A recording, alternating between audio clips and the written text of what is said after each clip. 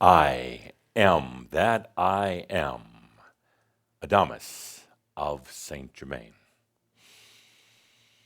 So which one will it be today? More of Adamus? More of Saint Germain? It's up to you. And I guess I would have to ask the question, which do you prefer? I'll give you a little bit of a hint. Today will be a shout in three parts. The first part will be more, Adamus, when we do Chamber Wisdom. The second part will be more Saint Germain, when we go into the discussion, the lecture. And the third part will be you, when we're doing the Marab.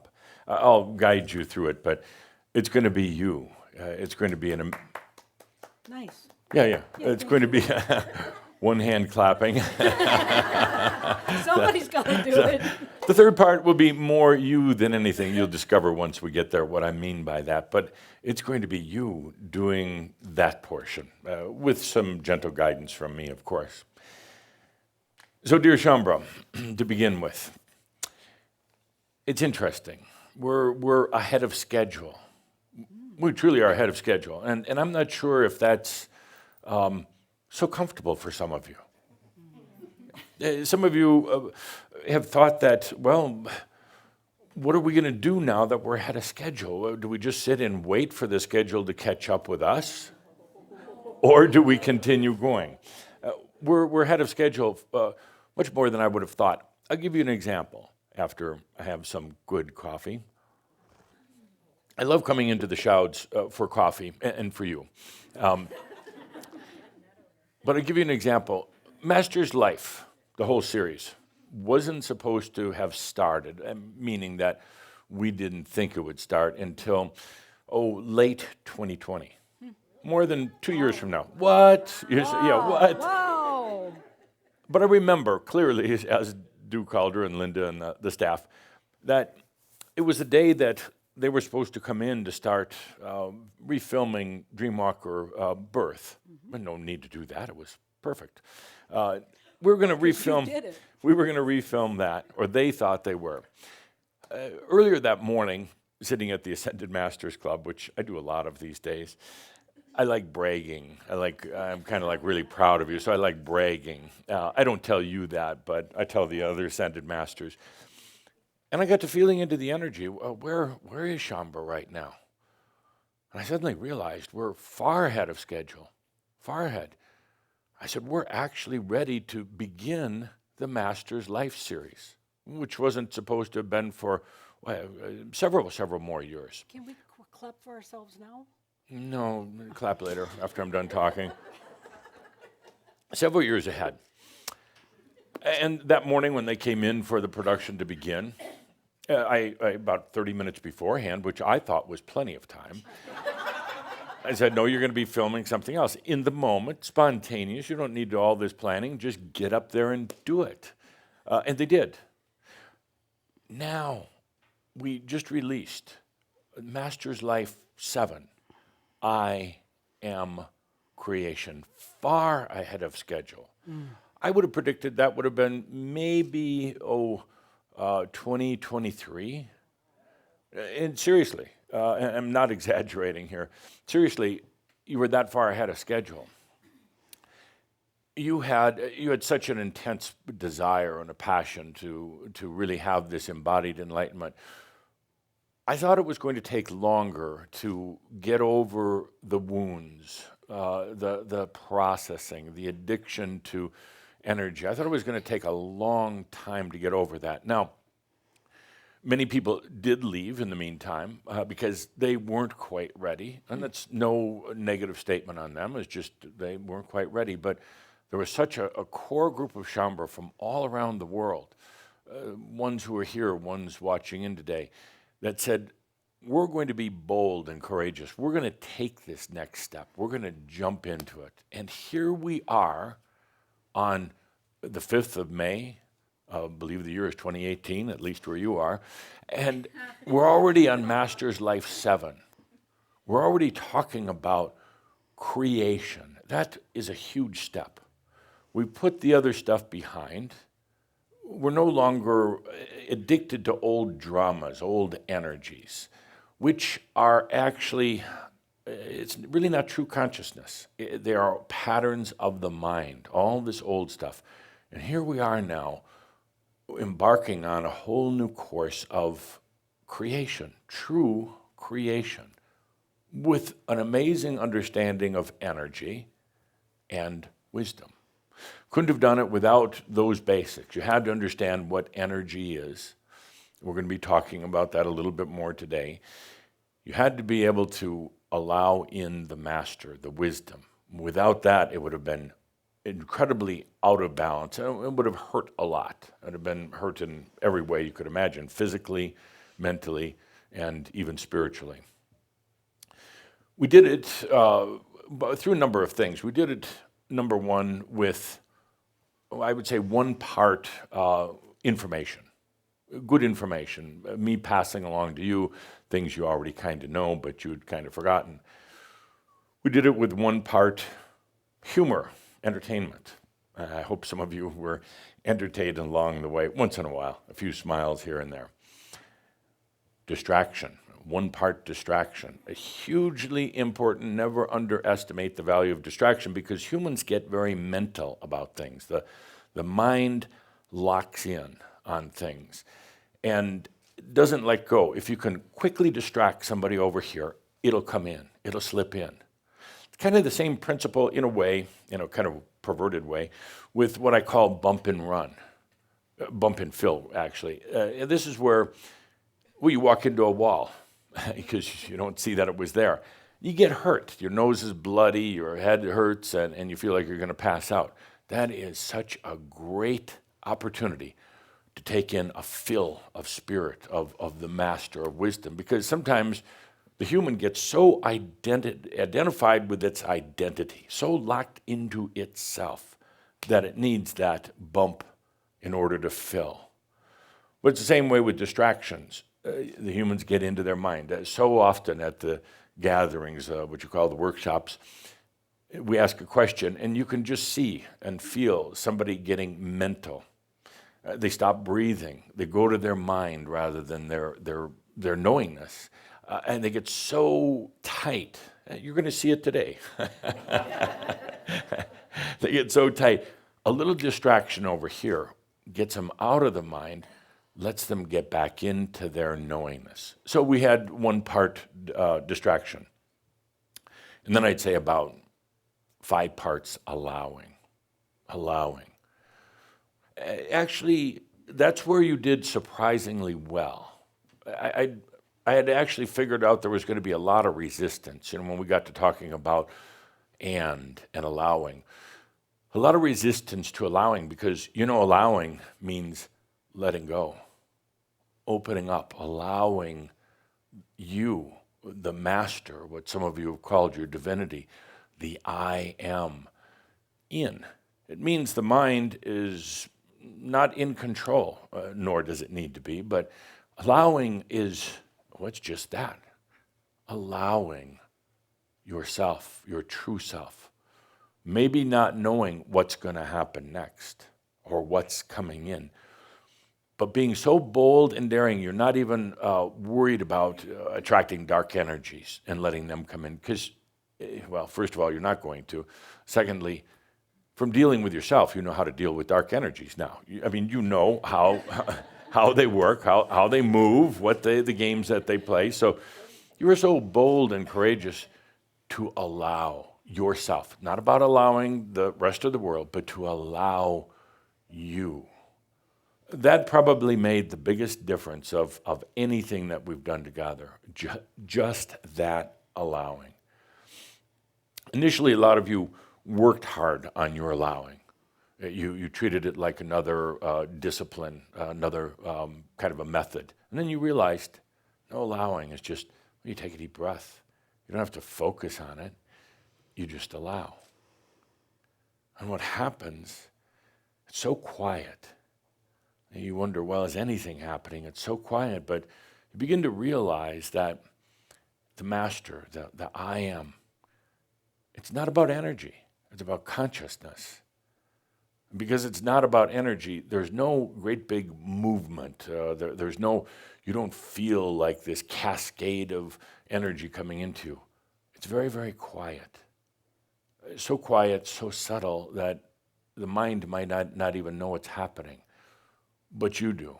You're allowing yourself, not an outside God, no spirit guides or archangels or anything like that. You are allowing all that you are, everything. Let's take a moment and just allow right now. And you just take a deep breath. And the Master continues to enter. And you come back to who you really are. And it's without fear, without resistance, not even trying to controlling it. It's not about allowing energy, not about allowing a glorified human. It's about you. Just allowing you. You see, you don't have to work at it. It's like, oh yeah, I allow. That opens the spaces within you. That even opens the mind and the body to allow itself to go beyond the ancestral body, to bring in the free energy body. Allowing that you've done ultimately has caused the mind to reposition itself so that it's no longer having to be the dominant force. It's no longer having to be addicted to energy. The mind kind of moves to the back. At first there's resistance, yes, and there'll still be some, but the mind just kind of makes room for the wisdom, for the knowingness. That's what's happening when you're allowing right now. You just realize it's time. What else am I going to do? All the tricks, all the things that you've done in the past don't really work. So, oh, that's right. I'm just going to allow the I am. That allowing has made the biggest difference of anything that we've done together. The Marabs play an important part. They actually integrate everything that's happening, particularly in the allowing. And again, the allowing is a very quiet, graceful process. You're not going to feel, your body's not going to start twitching and shaking and getting imbalanced. You're just allowing. So it comes very gracefully. I love allowing, and it's gotten us to where we are now, where we can really talk about creation. And this is where it gets fun. All the rest of it's been a little hard, but this is where it gets really fun when we go into our own creations that you're going to be experiencing, your own creations in the embodied human form. You're also going to be experiencing the multidimensional nature of creations that just aren't on this reality level, but they expand out. And that's where it gets colorful, fun, dynamic, amazing. That's also where you're going to have a little bit of, we talked about it at several of the workshops recently, a little bit of sadness, a little bit of that melancholy sadness. Why did it take me so long to get here? Why did I resist?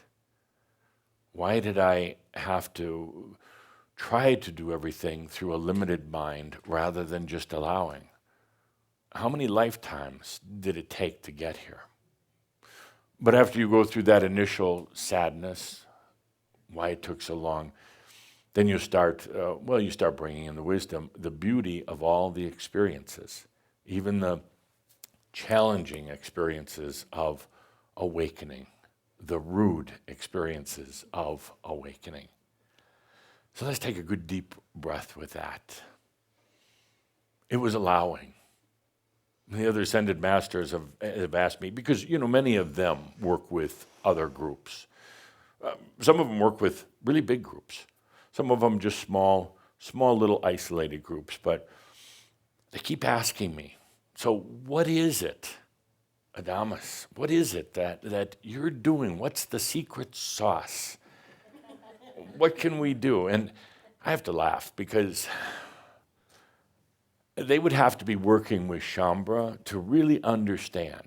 Their groups, their human groups that they're working with would have to be like you, and they're not, because there's nobody like you. Uh-oh. Uh-oh.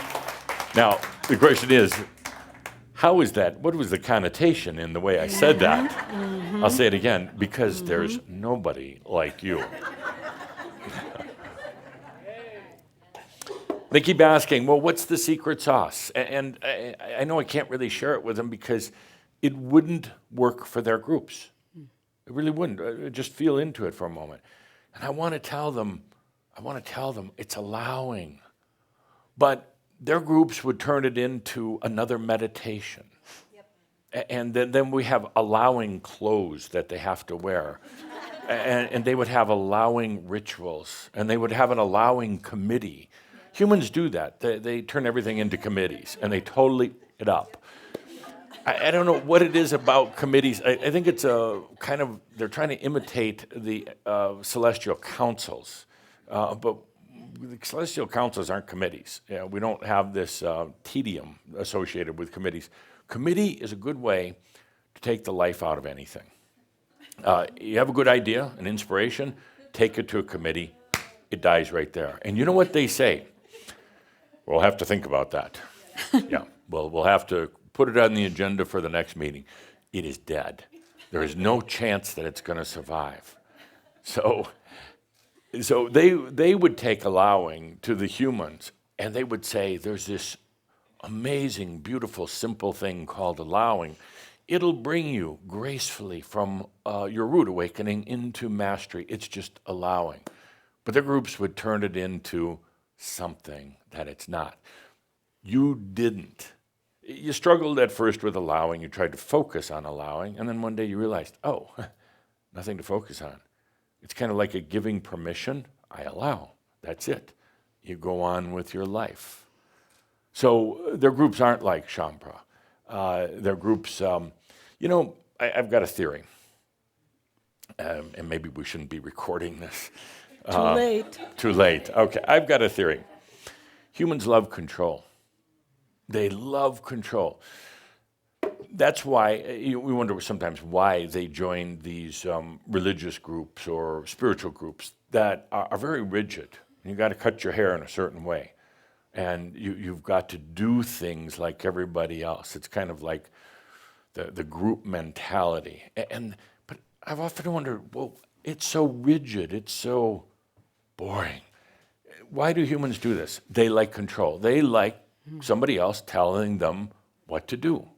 Because trying to figure out your own salvation, for lack of better words, is difficult. You got to face yourself. But when the Pope is telling you, don't eat meat on Friday, I think you can now. Is that correct? All those who went to hell for that. But when you have a Pope saying this is the way you do it, you don't get divorced. Birth control, forget about it. And so many of these rules, or other groups where you can't drink certain things, or eat. We can drink anything we want, and you do, and a lot of it. And it's good because you realize that this coffee is just energy. If it was vodka, just energy. If it was lemonade, just just energy. I hope somebody's getting shots of that. These are historic. These will go down, and it's just energy. So there's groups that ban what you can eat, what you can drink. None of it makes any sense. How are you going to allow with tight underwear on? What? I mean that literally and metaphorically. You can't, because you're always kind of pinched up with that tight underwear, and then you've got to eat funny things, or you can't eat the things Were you ever a woman? Yes. And you remember the underwear? Much sought after, yeah. Of course. Of course. Yes, I did have many lifetimes as a woman. How come you I don't think we recount want any of to. them? I don't think we want to go down this right now. I was on a roll somewhere else. So, allowing. How can you go to a group like some of these other ones that love rules. They thrive on it. Tell me that I'm bad and tell me what I'm supposed to do. And humans thrive on that. Why is that? Really don't understand. Why is it that you want me to tell you you're a sinner, that you're weak, that you're a fallen angel? But humans love that. Oh yes, please. How bad am I? No, we don't. You went to Catholic school. You volunteered for it. I spent all the time in the hall. I couldn't deal with it. See? So humans like being told how bad they are. That's right, I'm so bad. And then they like being punished for it. No, we don't. Why were you out in the hall all the time? Because I didn't like the bullshit. But you love the punishment. And then humans, Oh, man, that's warped. her choice, not mine. Then humans love the rules. Okay, here's how you make your way back up. Do not eat meat on Friday. Or wear tight underwear. Or you can't eat this. Oh, and by the way, while we're at it, No, they had to wear long underwear so that they didn't send the wrong message. while we're at it, could I borrow that bag there? Yes, thank you. Anything good in there? You should not have done that. Coffee, thank you. You made a mistake. And while we're at it, Oh, no. collection plate. Sinner. Oh. Want to buy your... Oh, double sinner on you. I know what you've done. You have to pay your penance. So it's kind of a strange human behavior. Edith, you gonna need to cough up today? Pay your penance. Sorry to say, I do not. You do not have any money. I love the purple. You didn't wear that for me, did you? Of course I did. Did you? It's beautiful. Anything in the basket? What? So the typical chambra. Yeah. So I don't know why it is. But back to the point. Chambra. What was the Amazing. point? Chambra, amazing. Okay. Amazing chambra. Yeah. No rules, no fools. Ooh, I like that. T-shirt time. Yeah. I do believe Calder's telling me there's a building next door available. I think you ought to rent it and set up a T-shirt bumper sticker shop.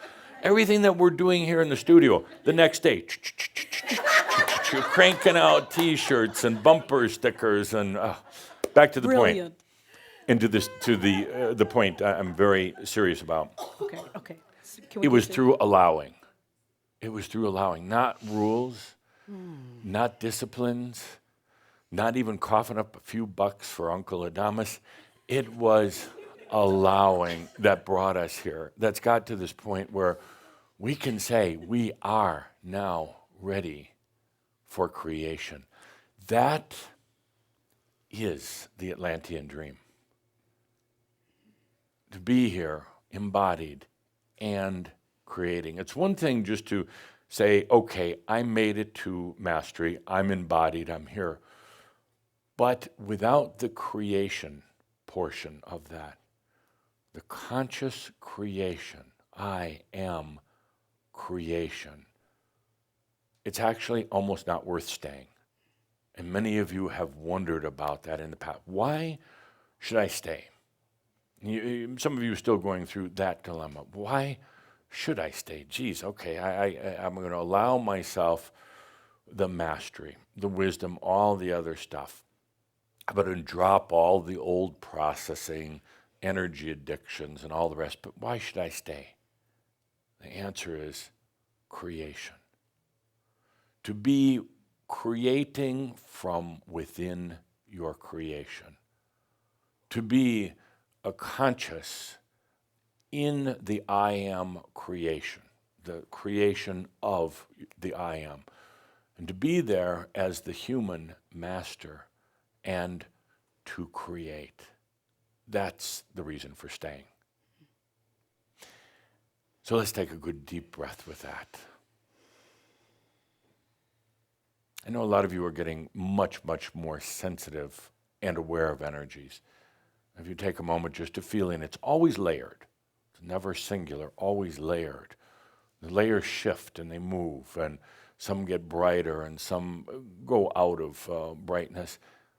But for those of you who are allowing yourself to be energy aware, just feel the energy.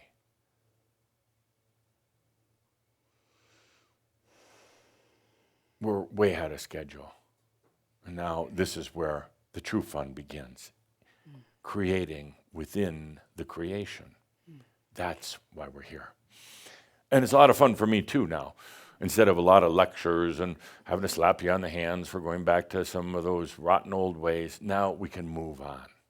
So, good deep breath.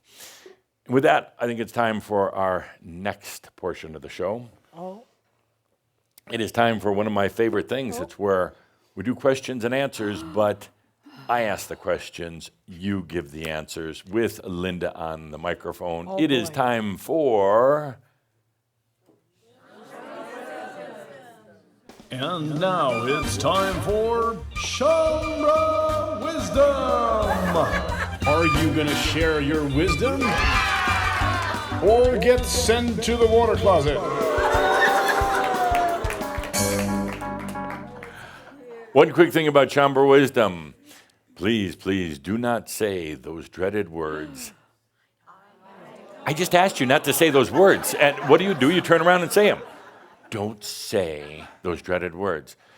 You can kind of work around it if you feel the need, work around it creatively by saying, the Adamus, the answer is yet to be realized within my being.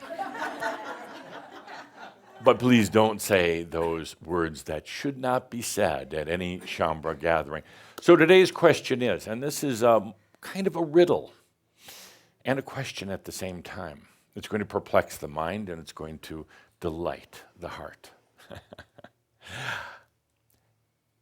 What is one attribute? Just give me one, not a whole list of them. What is one attribute that was not going to be, the attribute is not going to be appropriate for an embodied master? One attribute that's not going to be appropriate. Now, feel into it a moment before we start answering that.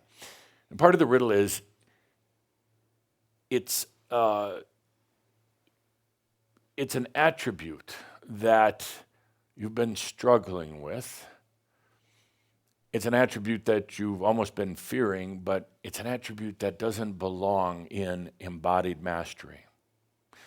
What's that one attribute? Now, there will be a lot of right answers, and then, of course, my answer. Yes. And if anybody gets what my answer is on this, there'll be a special Adamus award directly out of Calder's pocket, since Linda doesn't have any Adamus awards. So let's begin.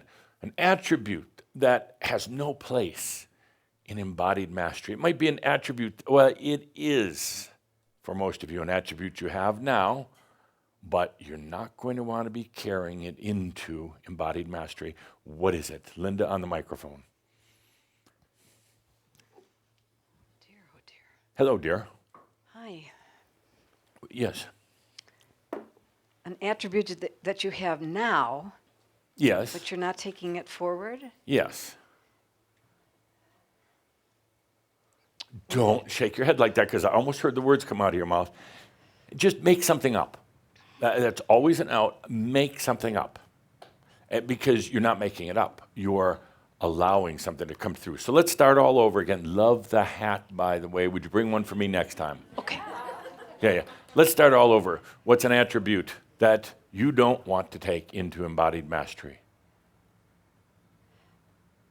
Being fearful at any point in time? That's okay. Okay, that's great. But being fearful, what do you feel? I got to walk back there. What are you fearful of? What would you be fearful of? Making a mistake? You can't make mistakes. No, you cannot make a mistake. How about that? Well, that lets everybody off the hook. You cannot make a mistake except Carrie. And she doesn't care, so it doesn't make a difference. What would you be afraid of making a mistake about? Do you have tight underwear on? Sure. She does. Not literally, but metaphorically. Kind of just everything controlled, right? Of course. Yeah, of course. Thought about letting that one go? I have. Yeah, and Well, didn't let it go. not yet. So what are you fearful about? Death? No, of course No, not. of course not. You fearful about walking out in public and not having the appropriate clothing on? Well, that would be a big mistake. Oh, that would be a big mistake. Yeah. Okay. You fearful about getting sick? No, Ill? I'm not. No. Okay. Name one other thing you might be fearful about. Well, as I say, making a mistake. Just Making a mistake. Could I interject rude words here? Looking stupid. that's a good one. That's a really good one. But remember what we said about intelligence last month, and about consciousness. There's no intelligence in consciousness, so I guess that would make all of us stupid. Yeah. Okay. Good. So fearful. That's one thing you don't want to bring into embodied mastery. That's good. Yeah. Are you shocked? Are you in shock? No. Oh no. Okay. Do you wish Linda hadn't given you the microphone? Yes. Am I psychic or what? No, next. that wasn't psychic. Next. What's one thing you don't want to bring into embodied mastery? Caring what people think. Caring what? Oh, really? Yeah. Yeah. Yeah. That's the big thing. Do for you? Me. Would you mind standing up? And would everybody take a look at how she dressed today? Isn't that embarrassing? But Yeah. this fear of caring about what people think. Yeah, because in my case, I started doing things that people got really upset, and if I let that bother me, then I would have gone off what I really wanted to do. Yeah. So I had What to did- what keep did you- going, even though I was the black sheep, and people were making fun of me behind my back. And But actually, it's kind of fun, really, to know that people are talking about you. I mean, wouldn't it be awful if they just never talked about you? Like, Horace who? Never heard of him before. Doesn't exist. What did you do that was so black sheepish? What caused people to talk? well, I talked my husband into quitting his career, and his whole family turned on us. Oh, how's your husband with it? You still together? Not so much. Yeah. well, Barely. there's the part about consequences. I forgot to Right. mention. Yeah. If yeah. I cared, then I would have missed out on a lot of things that happened that were good and Right. really cool. What's he and doing now?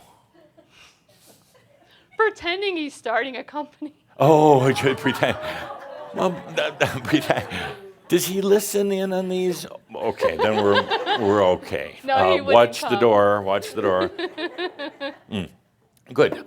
So caring what other people think in embodied mastery, they're going to think, most people are, one of two things. They're going to think you're absolutely nuts. Yes. Yes. Or they're not going to see you. And which is kind of nice because you all have the ability right now to kind of go invisible. No, you practice it all the time. You hide. But so you're really good at going invisible, not being seen. But now you can do it consciously. When you want to be noticed, yes. When you don't, you just go invisible because there's times when you just don't want to deal with others. But they're going to think you're crazy.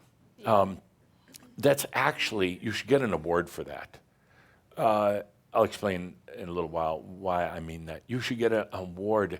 You know, when we do the master's stories, like the memoirs of the master is always dressed up bizarre, dressed in 18th century golfing outfits. And you know, most people don't even see him dressed up as Elvis, driving a 1959 Cadillac, doing weird things. Because the master is doing it for the joy, for the act of consciousness, for the color. But it doesn't really care, and a lot of people just don't see him. Or, you know what this is like. You see somebody kind of bizarre, Oh, and that's over here. you see somebody, well, no, I'm talking outside of here. Here you expect it. But you see somebody kind of bizarre at the airport, at the grocery store or something. What do? I don't see that. I don't see that person. I don't want that person coming and talking to me. And of course, you know what happens. That kind of crazy person kind of comes and talks to you, and you're like, how do I be polite? So you're that crazy person. Yeah. Yeah. Both sides of the family. Both sides. Yeah. Oh, yeah, yeah. No, actually, that should be a badge of honor that they're talking about you. And the other thing is kind of sad. They don't have anything better to do. Yeah. So, oh, good. Congratulations. Thank you. Thank you for all the gossip, all of the behind your back talk that you've caused. Good. So, what is it you're not going to bring into embodied mastery? Yo no sé. You don't speak English. Right, Spanish, right. too. This Yeah, is yeah. a joke. It's a joke. Yeah, that's funny. No, sorry. I was trying to be funny. I believe it. Doubt is the Doubt. doubt. That's an awful thing to bring with you. Yeah. But I got to tell you, sorry, but you're going to have residue, doubt residue, all the rest of your days on the planet. You know, it doesn't have to affect your life, but you're going to remember doubt. You know, it's been such a huge kind of a bad relationship, kind of a huge part of your life. So the doubt will still be there. And it's, what do you think you're doing? You know, who do you think you are? And the doubt will be there, but you'll learn to not pay a lot of attention to it. You learn to make a joke out of it, and then doubt goes running back into its rat hole, you know, when you make fun of it. Yeah, doubt. What is doubt?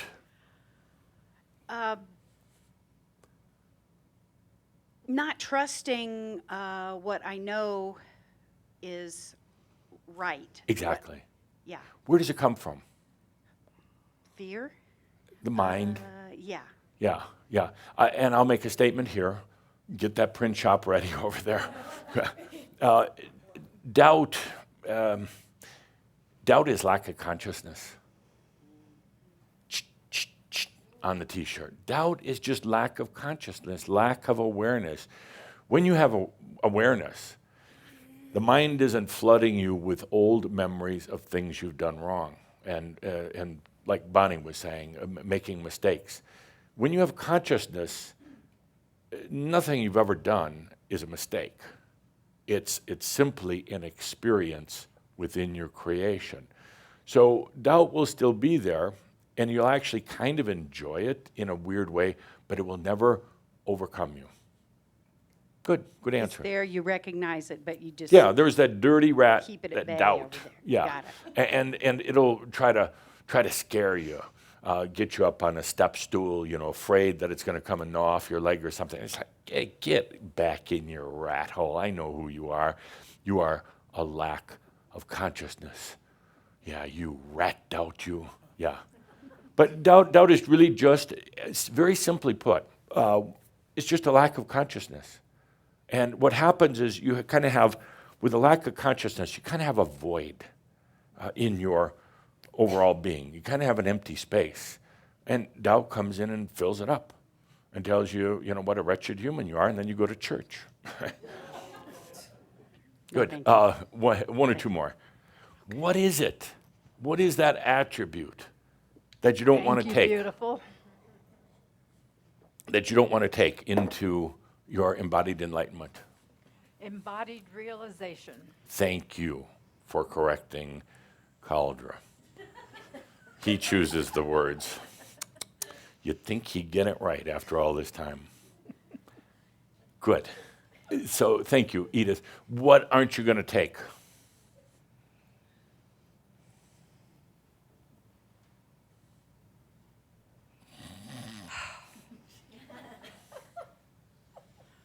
Two hairs on my head.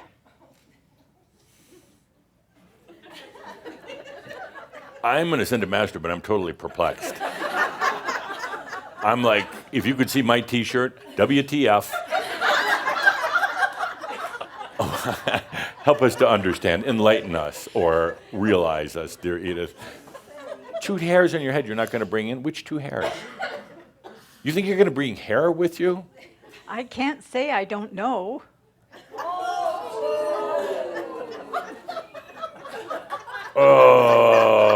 Well, you were using it as a reference, not as a statement. Is that correct? Yes. Edith, what are you not going to bring into your embodied mastery? What are you going to leave behind? Disgust. With what? Everything. Ooh. Or anything. Oh, let's sit down and talk. This is good. What are you disgusted with? Nothing. This is going nowhere. But why did you say disgust? I think there's something disgusting about with you're feeling disgust. Disgust for what? Not for yourself, indeed.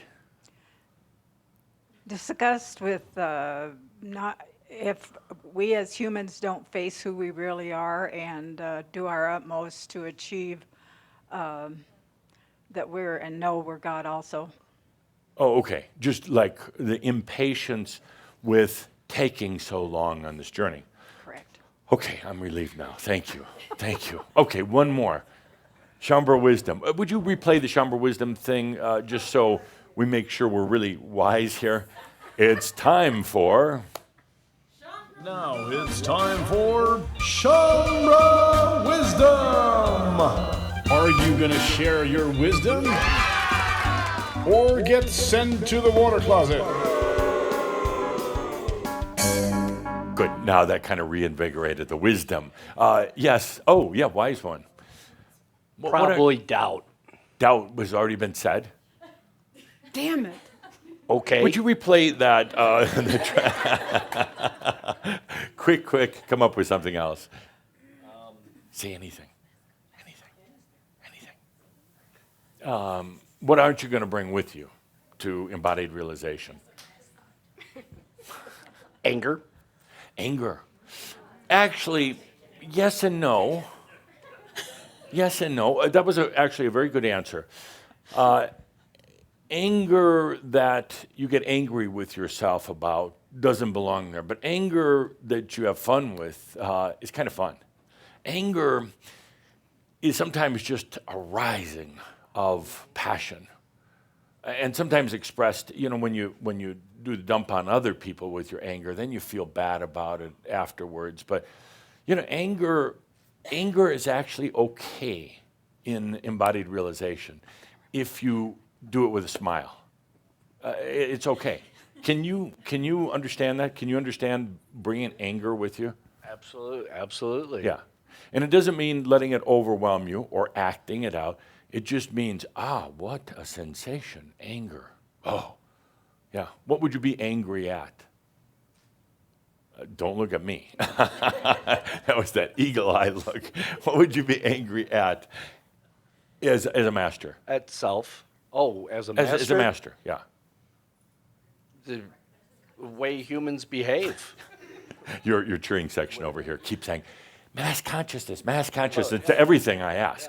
Everything. Yeah, the way humans behave. Exactly. Get a little angry about it, and you're out driving around. You got the frustration of traffic, or dealing with somebody who has no clue, somebody very unconscious. Yeah, the anger is actually okay, but it's a different kind of anger. It's kind of a master anger. It's kind of amusing, actually, because what happens, all of you need to listen to the second part. Don't take it out of context, just the first part. It's quickly transmuted into wisdom, very quickly, because you're a master. So you got this anger, that person really upset you, or the traffic, or dealing with what Calder was telling me, on customer service on the phone, not Crimson Circle, of course, but other people. Linda, dealing with your favorite airlines. Yeah, United. Yay! So anger, but then all of a sudden you're like, oh, I'm so angry. And then all of a sudden you kind of feel this transmutation, and you kind of feel this surge of energy, because anger brings energy. Feel a surge of energy, and then it's like, oh, that is so funny. Then you realize kind of the joke in it. You mean like when they put you on ignore? Yeah. Exactly. Yeah. You're talking to customer service and life in general. Customer service. Your favorite Put airline. you on hold. Yeah. Yes, that's it. Yeah. Good. One more. Thank you. That was good. That was one more. What are you not going to bring I've got $20 on this one if you get it close. Oh, she You might. don't even have to get it right. She might. $20. Adamus is my teacher, You know, but Adamus is not my the best, peer. not the right answer, but not the right answer. But you get 20 for being insightful. No, that's actually a good one. That's actually a good one because where we're going, no more teachers. Let me be a guide once in a while. And I want to know you as a peer. In the biblical, no, and have a lot of fun. and, exactly. You know, I'm really not here to be a teacher. It's more like an annoyance. Kind of tell stories, distract, get you pissed off at me, and you're doing it yourself. That's right. And when you realize that I'm not here to teach you, you don't need that. You set yourself free, and then we can really be buddies. I'm Yeah. looking forward to that. Yeah. I'll get you a guest pass to the Ascended Masters Club. It'll only feel like you're dead for about 24 hours, but on the other hand, you're going to be there and just This enjoy. sounds like a great vacation. Exactly. Kasumi was going to be there. We're going to have fun. Good. Thank you. Okay. So, microphone over here to Linda. All the answers are good and correct. Shambra wisdom is getting better. It's harder for me to play with you during Shambra wisdom because you got good answers now. Before it was so easy to kind of smack you down and get you pissed off. So here's the one, and I know it's on everybody's mind, but nobody said it. Nobody said it. And when I say it, you're going to go, yeah. I mean, it's almost too close. What you're not going to be bringing with you, I wish we had a drum roll. Can't we afford a drum roll? Thank you. Instantly, they went to doing that. So what you're not going to bring with you into Ascended Mastery is boredom. Yeah. See how easy that is? Now, the fact is you're kind of bored right now. You're kind of in this in-between. You're trying to find things to spice up your life. You're trying to find passion, but you're trying to go back to the old passion. Forget about it. It's not going to happen. Probably one of the top 3 complaints about this whole rude awakening process is the loss of passion. What am I supposed to do? And then you start projecting your grayness into the future, which don't do, because you're projecting from the mind of a human. It's like you're projecting from an old, your old style projectors on the wall. No, we got high-res TVs now, so don't project your grayness into your embodied mastery. You've lost the passion for a while, and it was an important part of the whole changeover process into embodied mastery. It had to be almost hidden from you, your old human passion, because you would keep trying to go back to it, and that's not what you're here for. The old human passion could have been anything, helping the sick and elderly. It could have been singing at the local choir. It could have been creating, painting, something like that. Whatever it was, just taking a walk by yourself. But it kind of goes away. And then you enter the time of gray, boring, dreary, really dreary.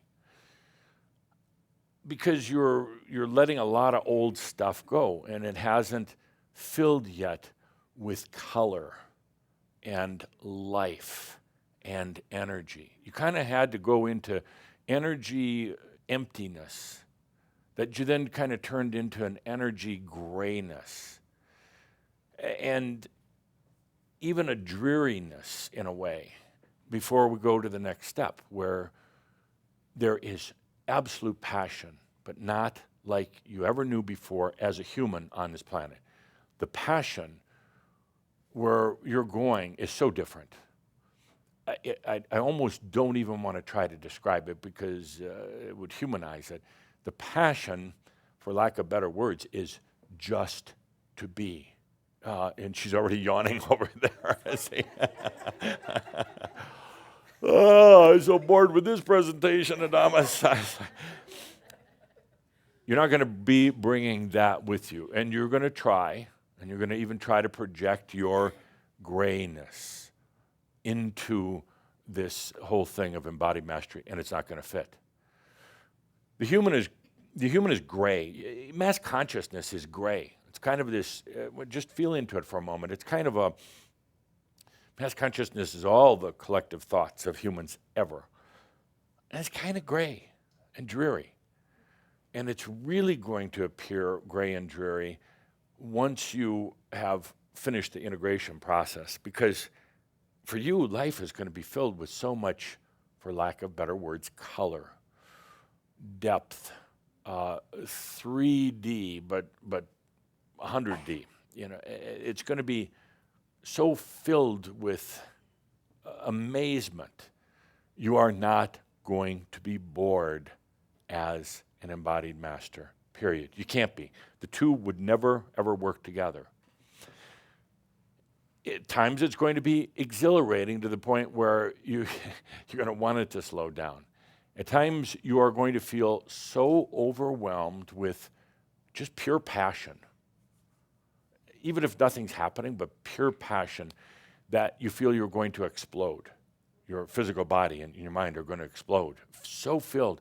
Now, the cool, interesting thing is that we've done a lot of preparation, energy preparation over the past few years so that your body will be able to handle it. It's not going to blow up. You're going to feel so, at times, energy rich, even energy overwhelmed. As we get into the whole understanding of what energy is and what creation is, it's going to come to you. You couldn't even imagine right now in the human sense, it's going to come to you. And at times, because you are human and master, it's going to overwhelm the human. But because of all of the work we've done up to now, it's not going to overwhelm the mind.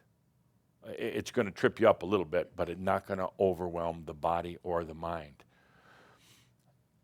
You're moving right now from kind of grayness and lack of passion and some boredom, a lot of boredom. There's a lot of boredom out there with Shambra. And what I would call the dreary life. You're moving away from that because you're also moving away from mass consciousness. And you're going to realize, and it's going to be kind of sad at first, mass consciousness is dreary, really dreary. And you're going to see, you're going to observe life, mass consciousness, people, and wonder how you ever survived in such dreariness, in such absolute dreariness. And then you're going to take a look at yourself today and wonder why you've been so damn dreary. I mean, serious dreary. I mean, you're serious, and that makes you dreary. Why you've worn those tight underwear, which really will make one dreary and also cause some circulation problems. Why you've been so damn serious. And you get philosophical, and you get full of a lot of macchio, and you get bogged down. It's just dreary. And then you do dreary things like just sit there all day. Where's the energy? Adamus said the energy was coming. Look at it this way. If you were energy, would you want to be with you? God. Just and instead of really opening up and blossoming and being colorful, you've just kind of allowed yourself to get really gray. And really, and then what do you do when you get really gray? What? What color are you wearing? Black. Oh. Quick, hide behind the tree. Oh, no. Have some color. You're gonna realize how gray you've been in your life. And you're gonna say, I don't want that in embodied enlightenment, and you don't have to worry, it's not going to be there. As an embodied master, you're going to be really sensitive and aware of things, and sometimes it is going to bother you being in a dreary world. But then what are you going to do? You're going to stop and take a deep breath. I exist. And then you're just going to create. You're going to be painting on top of a gray canvas. And the gray canvas is not yours. It's life. It's life. So what you're not going to be bringing with you, boredom, grayness, dreariness. For those of you who are kind of stuck in dreary right now, you're going in a dreary circle, not even a fun circle. It's actually not even a circle. You're not even that good. You don't complete the circle. Because you keep wandering. You kind of keep wandering around, going in a circle that's never completed. That is dreary.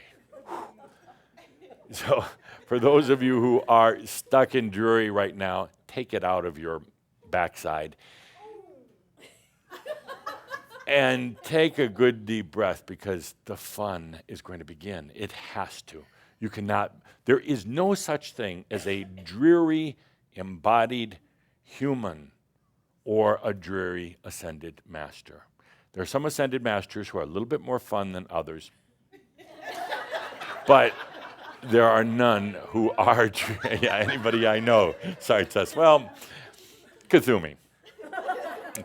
Okay, let's take a good deep breath with that. Going beyond dreariness and being so serious. You know, this whole spiritual journey has nothing to do with being serious. It has everything to do with being a little crazy and being bold and courageous, but not serious. So get out of your dreary underwear. T-shirt time. If I was just giving a St. Germain lecture, it wouldn't have the same impact. So, no. Next subject. Okay, let's take a good deep breath with that. Next subject. As we start to bring a little color into our life. Linda, would you help me with my pants? Yeah, thanks. Next subject. See, this is fun. It's not dreary.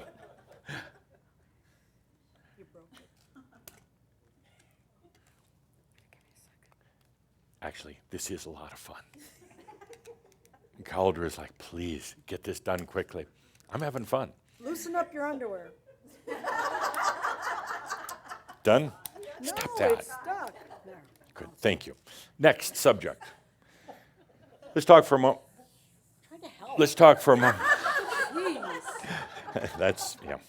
Let's talk for a moment now about energy and life. You may have never considered this before, but there is a huge difference between energy and life. If you got into discussion with most people, including probably most Shambra, they would think that life is energy, and it's not. It's not at all.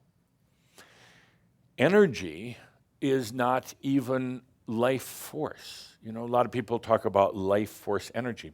There's no such thing.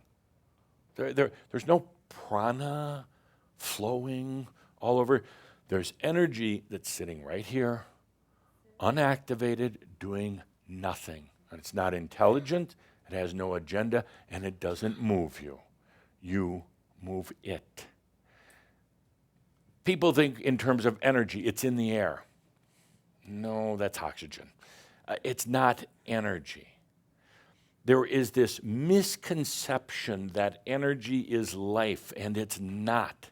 And that's when things are boring, is when you think energy is life. And that's when things control your life because you're relying on energy. You're addicted to energy. Energy is totally different than life. People think that that life, for instance, is having money. No, that's energy. That's just energy. They think that, for instance, music, that music is life. No, music is just energy. Can we put on some music? First track, I guess, of the music you played before going on air, Calder's telling me. So let's listen to this for a moment to help make the example. And with this music that's going to play, it's just energy.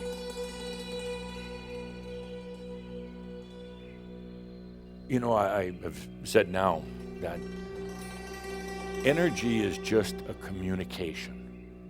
A communication, it's all it is. Whether it's communicating as music, or it's communicating as light,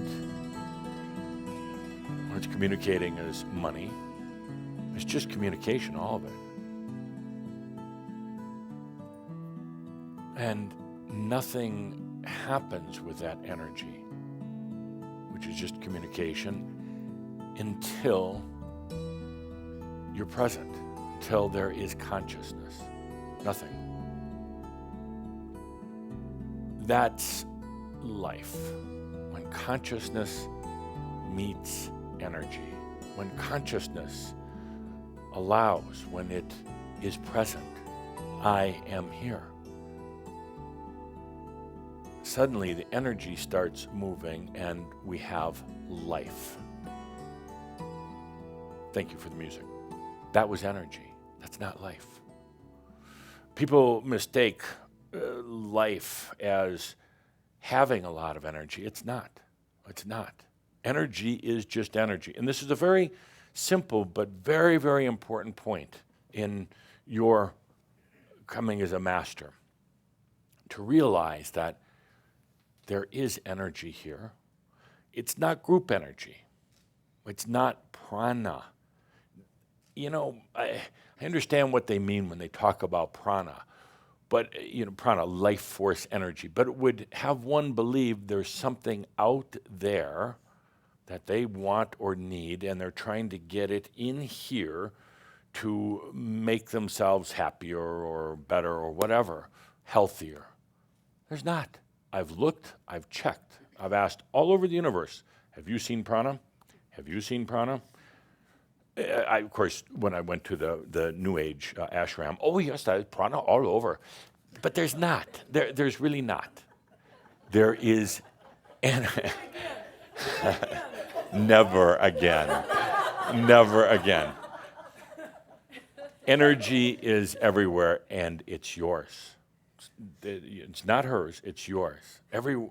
This is so important to understand. It is your energy. It's not out there. It's not in the air. It's not coming from another galaxy. It's right here. It's not to share with her either. Never, never. Never share your energy. Another t-shirt. We need to get a lease over here. Never share your energy. And I know that sounds terrible because people are always giving their energy away. Why would you? And you can't. You cannot give her your energy. You can inspire her to use her own energy just by being present, your glow, your potential. But you can never give her yours, and you can never really take hers. You can pretend to, but that's another story. Energy is everywhere, and it's yours. It's waiting for you. It's just waiting. It's just in a holding pattern with no agenda, no intelligence. It's in service to you. When you are present, when you have said, I am going to be my life, in my life, of my life, creator of my life, when you are that committed and you have that much passion for being here, suddenly your energy comes to life. It creates take that back. The energy now is in service to you, and it will facilitate your creation in the life that you dream and choose. Period. Never again mistake energy for life. Life is when you are present, when you're no longer dreary, when you're no longer wandering in that endless search for some sort of meaning to life, when you are no longer boring when you choose to be in your creation. It sounds pretty obvious to choose to be in your creation, but most people don't. A, they don't acknowledge this is my creation. B, they do not understand energy. They are still working for it rather than letting it work for them. And most people are not fully present, meaning conscious. I am that I am. I am here because I've chosen to be. Boom, the energies change now. Your energies change. They immediately go into service to help create the experience within your creation. It's that simple. Let's take a good deep breath with that. It's that simple. Yeah. Energy is not life. Energy supports the life experience. Again, a very simple point, and some of you are going, well, yeah, that's kind of obvious, but now, would you live it? Would you live it? And that means getting out of the gray, dreary, coming back to a real passion. Not the old human passion, but the real passion is I create, I experience. That's it. I create my creations, and I can do it while I'm in mass consciousness. My creations, and I can then experience them. You'll stop wondering, well, how come nothing ever works out for me, and I want to be abundant, but I'm not, because you still are equating energy and life, putting them as the same thing. You're still thinking that energy is life. It's not. You are the life. Allow energy now to support your creations. Good. Good deep breath with that. Good deep breath. Yeah, I feel some questions on that, but I'm not going to answer them. No, because I don't want it to go mental. And it's very simple. Energy is not life. They're two separate things. Life occurs when consciousness is present. Energy then goes to work for you, and you have what you now call life. Life doesn't have to be in a physical body. By the way, that physical body is not life. You say, well, no, I'm alive. But your physical body is not life. It is energy. It's all. It's energy in the form of a body. And then you think, well, okay, it's my thoughts, the thoughts that are going through my mind. That's life. No, actually, it's just energy. Your mind is nothing other than an energy incubator. And it creates thoughts. It's constantly churning out thoughts, but that's not life. Being in your thoughts is not life. You're just adrift in energy when you're in your thoughts. Make sense? Everybody's got that big WTF look. What did he just say? I said, enjoy life, okay? Stop being so dreary. Okay, I'm going to start picking out dreary people in the audience. Yeah, and oh yes, not this session, but next. Don't come dressed dreary. Don't look dreary. Don't look. You know the dreary look? What's the dreary? No, come on up. You can do it. Who wants to do the dreary look on stage? Who's really good at that? No. You're not dreary. Oh, but you can act it. You can do the look. Okay.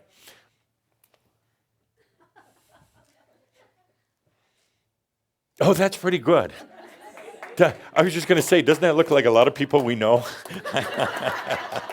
Do that once more. No, if you don't mind me correcting, a dreary person doesn't have that much expression. Okay.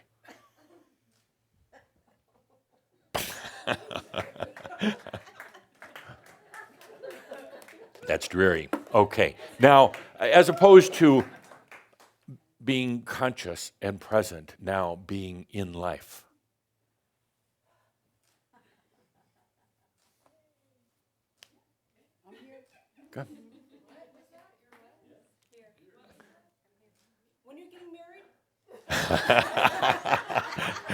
Good distraction.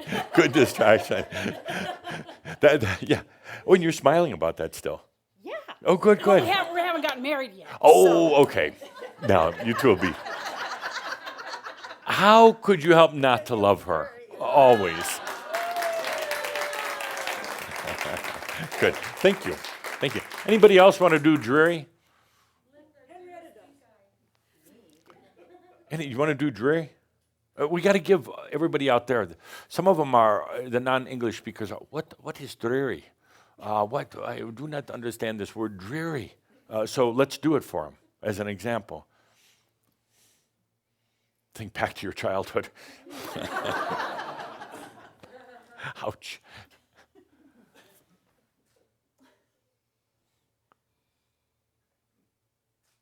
That's pretty good. That's a good dreary. Yeah. Yeah. And now you're just a crazy embodied master.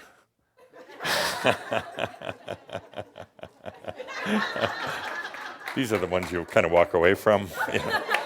She's in the meat department at the grocery store doing that thing. And anybody else want to demonstrate dreary for all of our listeners online today?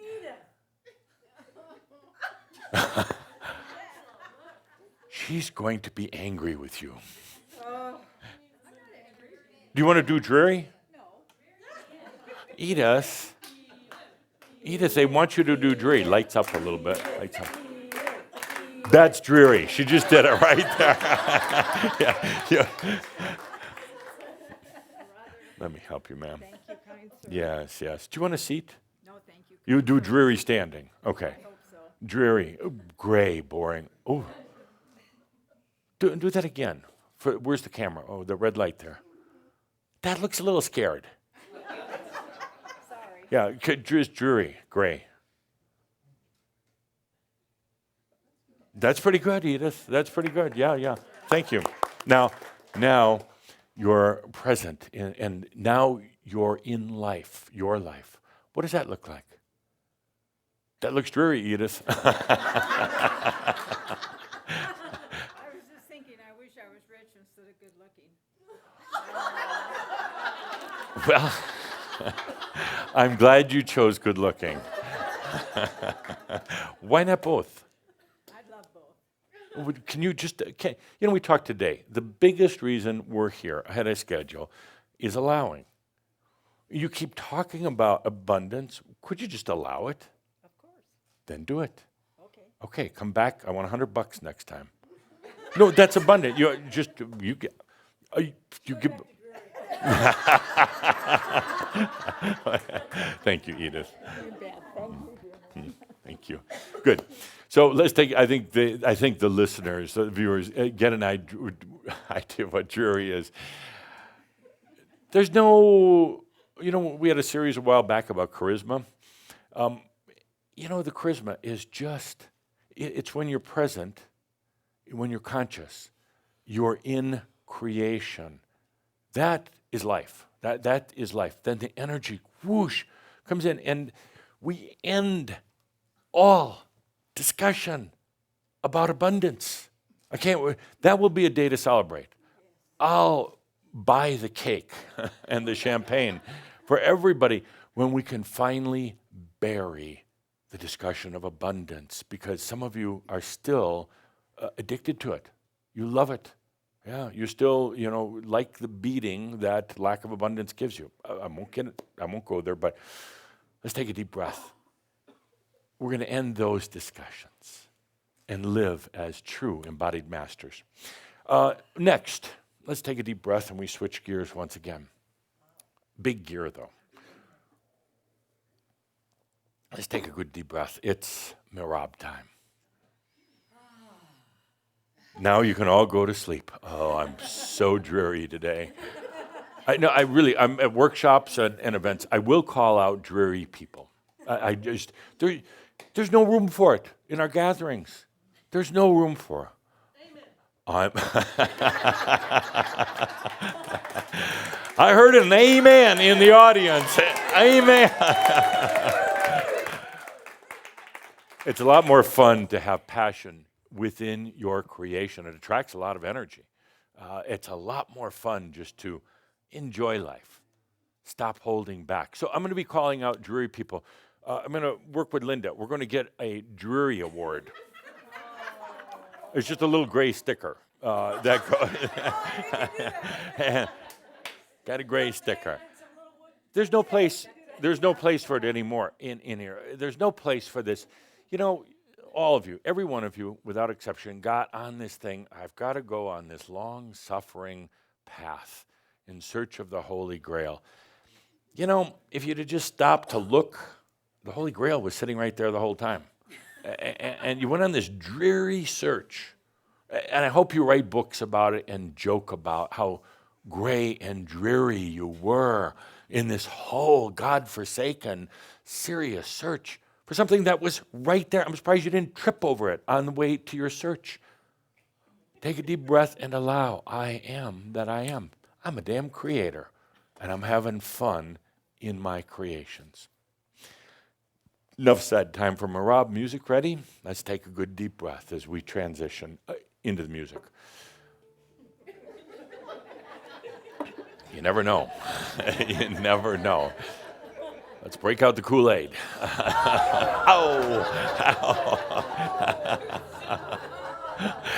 It's not dreary, is it?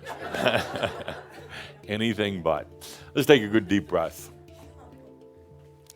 And I'm going to ask you to take note of something that was happening during the distractions today. There was some good information, but there was something else happening. Let's take a good deep breath. Let's just allow for a moment here as the music plays. Good deep breath. A lot of laughs today. A lot of good laughs. Spiritual gathering should be just about all laughter. I mean, almost all, maybe a little bit of seriousness, but almost all laughter. The funny thing is, as an embodied master, you're going to be laughing a lot at how dreary you were. No, you really will be. Why did I take that on? The seriousness, the overly holiness kind of stuff. Well, because that's what mass consciousness told you to do. You know Kuthumi, I love Kuthumi. He's such an example of going from being really the dreariest human ever to walk this planet. Really, so serious. And it's all about rules and all about making his parents happy. That's one of the dreariest things you can do is try to make your parents happy. The next one is trying to make your kids happy. Yeah, that got, for all you listening in online, that got a big, oh yeah.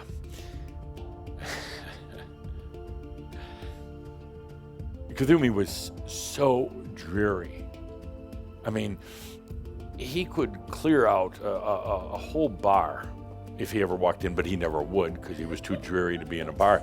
He'd clear out the whole bar because everybody just could sense it.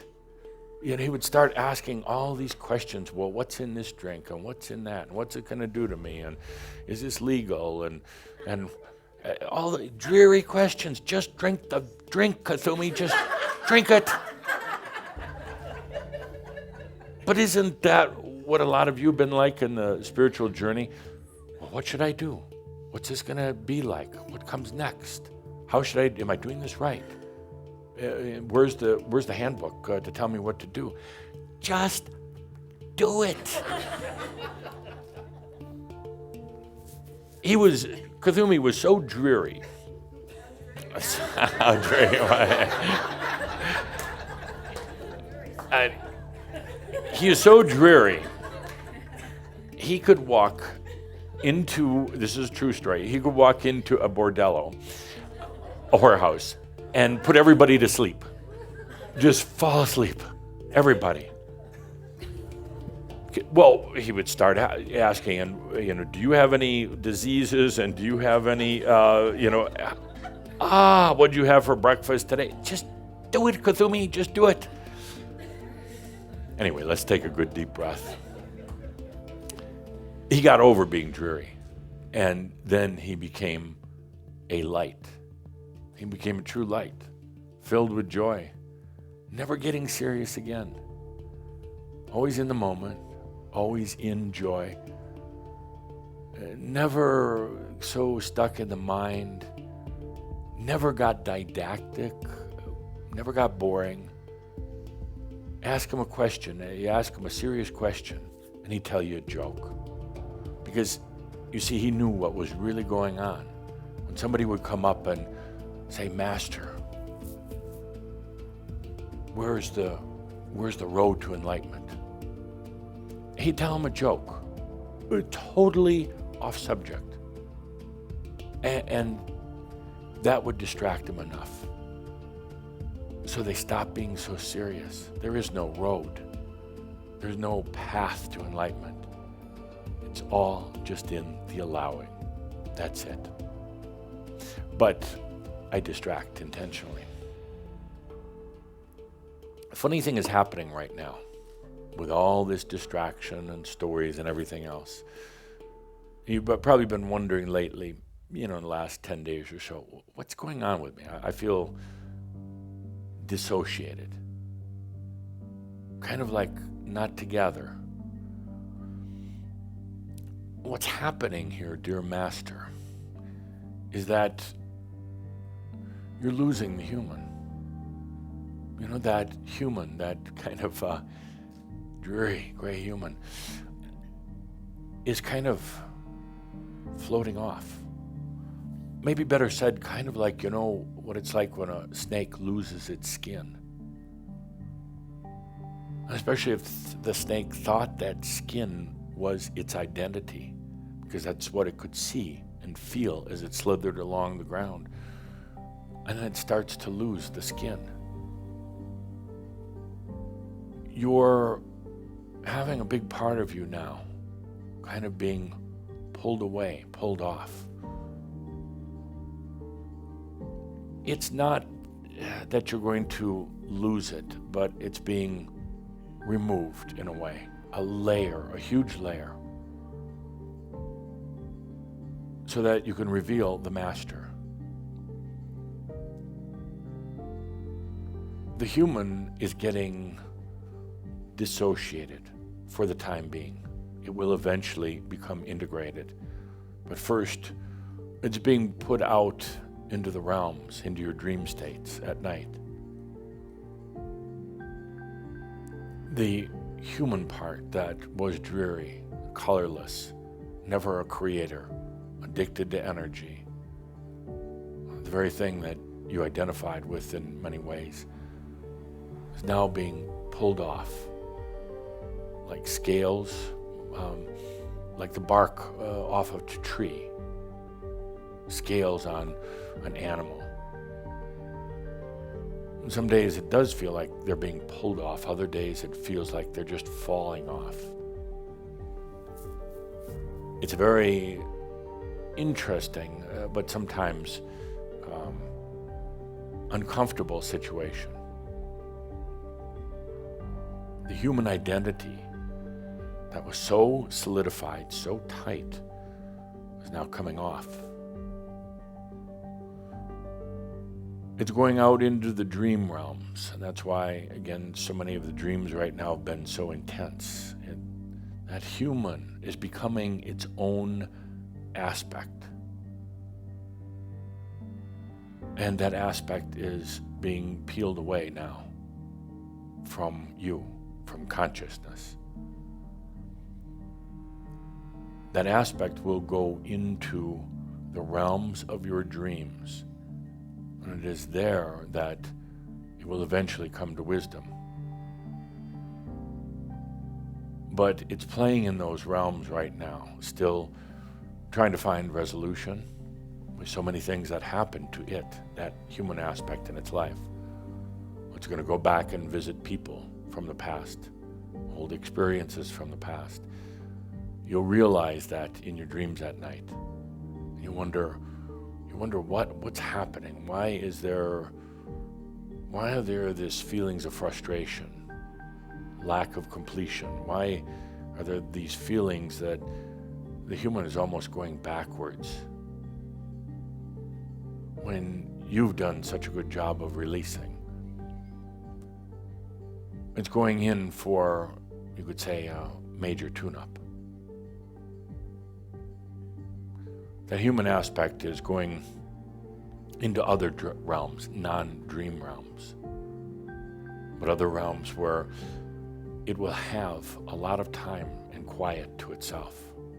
Yes, even while it's in the dream realms, it is also going to be in a quiet realm by itself, isolated, away from everything. It's going to cry there. It's going to rebel there. It's going to go through its attempts to resolve its issues. Why did it come to Earth in the first place? Why did it take on so much anger and hate and pain? It's going to be dealing with itself there. And it's going to be very, very difficult for it. But it's not really going to affect you so much as the living master. You'll sense it out there happening. You'll sense it. But it's not going to be able to interfere with your life. Right now, where we are in such a beautiful place of being true creators, right now, the human aspect is getting pulled off, dissociated. You could almost be like, you have this creature on your planet called the turtle, almost like the shell being removed and taken somewhere else, so that you don't have that interference. You'll feel it, yes, but it won't directly interfere with your life. Ultimately, it will all be integrated. Ultimately, it will come back as the wise human, as the completed human. It will come back to join the master, the I am. It will come back to join you in life. There's nothing to say to be taken lightly. In other words, this is a big step. If you've wondered lately, why these strange feelings? It's because that human aspect is going off. Let's take a deep breath with that and simply allow. It wouldn't have been possible without the allowing, without the wisdom, without the master, without the understanding of energy.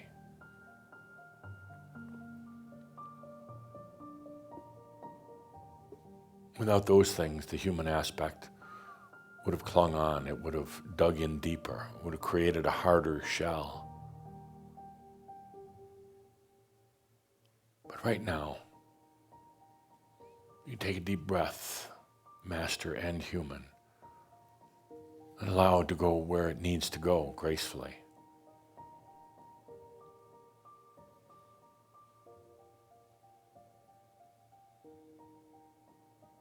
The human self has been filled with emotions, has been living in a sea of emotions, has been addicted to drama and emotions. There's no place for that where the master goes. It's false reality. It's actually false energy dynamics, emotion, drama, all the rest of that.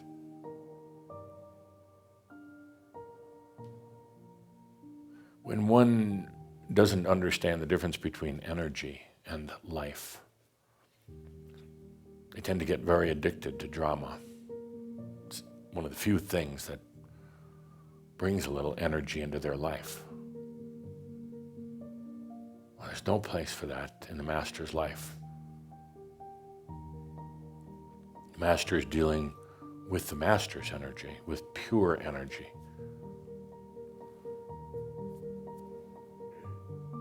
The Master brings consciousness and creation. The energy then comes in to allow for the experience, the joy, and the simplicity.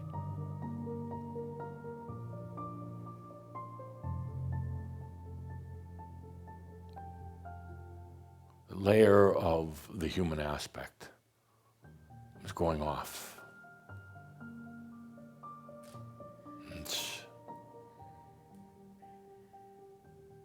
It could be tuned with wisdom, it's going to be tuned with laughter.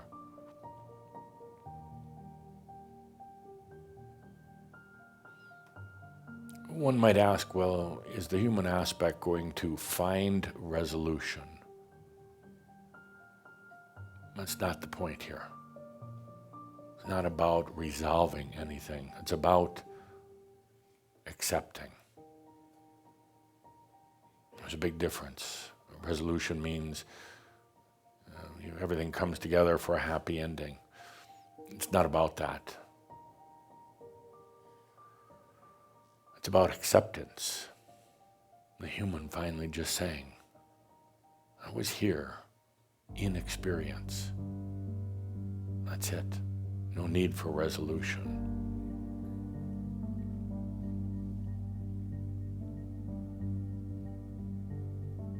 And you, what do we call you now? Human, master, I don't know, but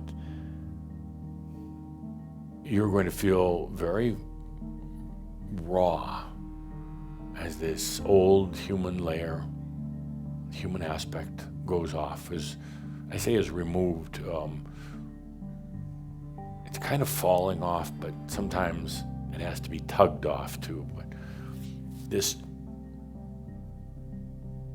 as this is occurring, you're going to feel very sensitive, very raw. In a way, kind of unprotected. But what's really happening is you're developing a higher degree of awareness. You know that as the human got crusty or more limited, it really reduced awareness. And as that human aspect goes off into the other realms for a while, you are going to feel very, very sensitive about things. That's good, because you're going to now understand energy in a way like you never did before. You're going to feel energy, because you're going to realize there is a difference between energy and life. But you may also feel vulnerable, very exposed.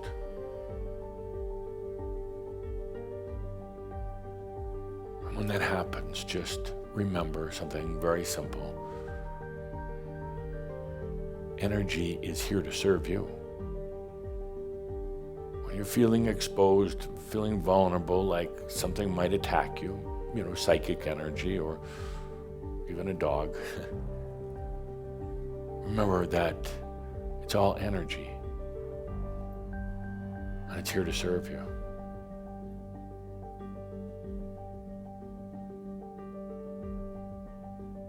You might think that takes a lot of courage. Let yourself feel that vulnerable, open, unprotected.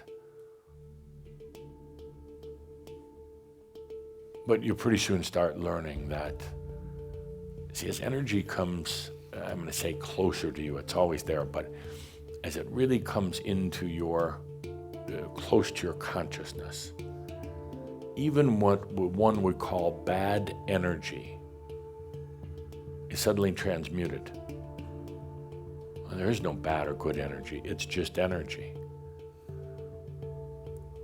Let's say in this very vulnerable state where the shell of the human aspect has come off, that there's what you feel like a psychic bad energy coming at you.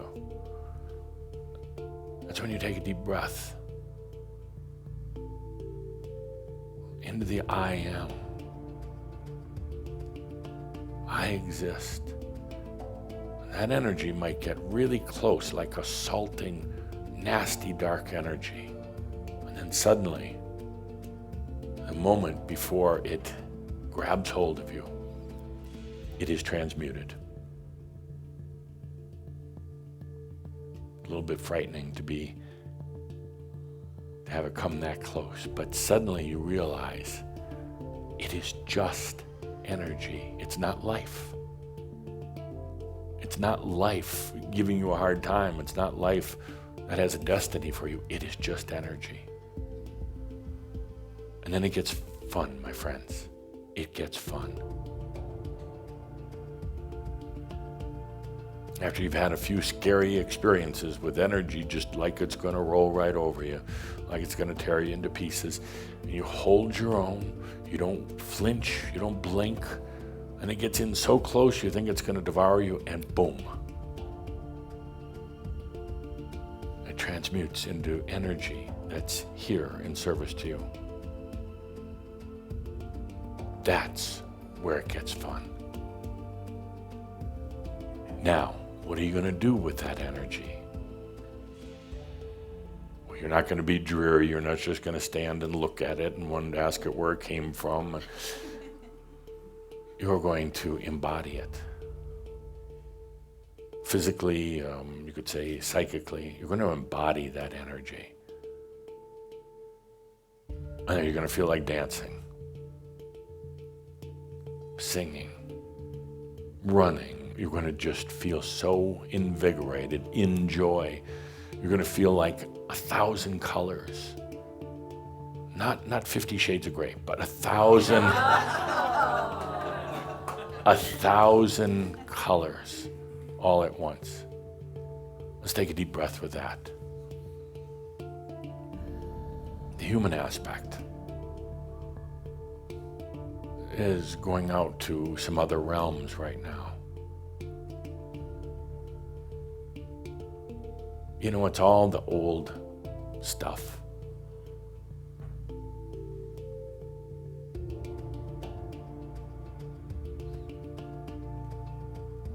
Take a deep breath and just feel that for a moment. Wow.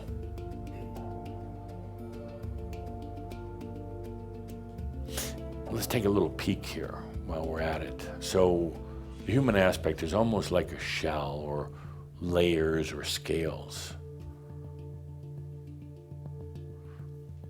And now those are coming off.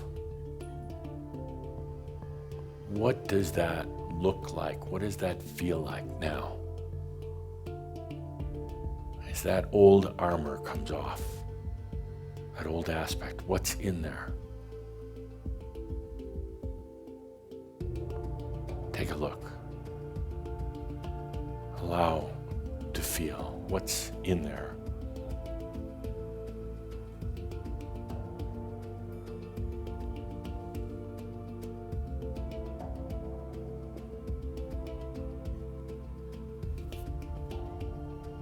What's always been there, but covered up.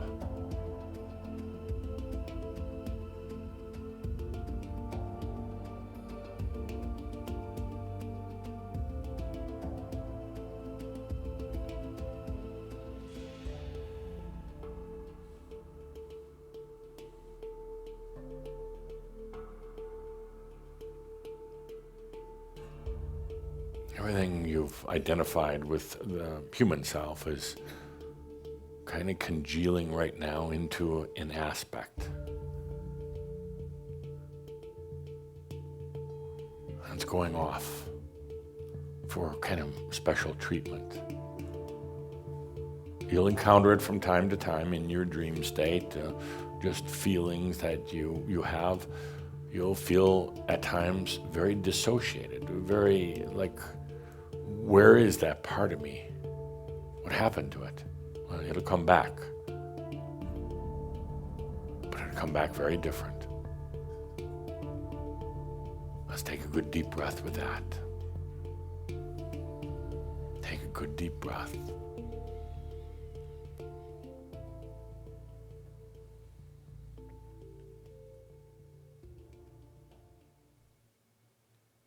A really good deep breath. Whoa. good. What changes today?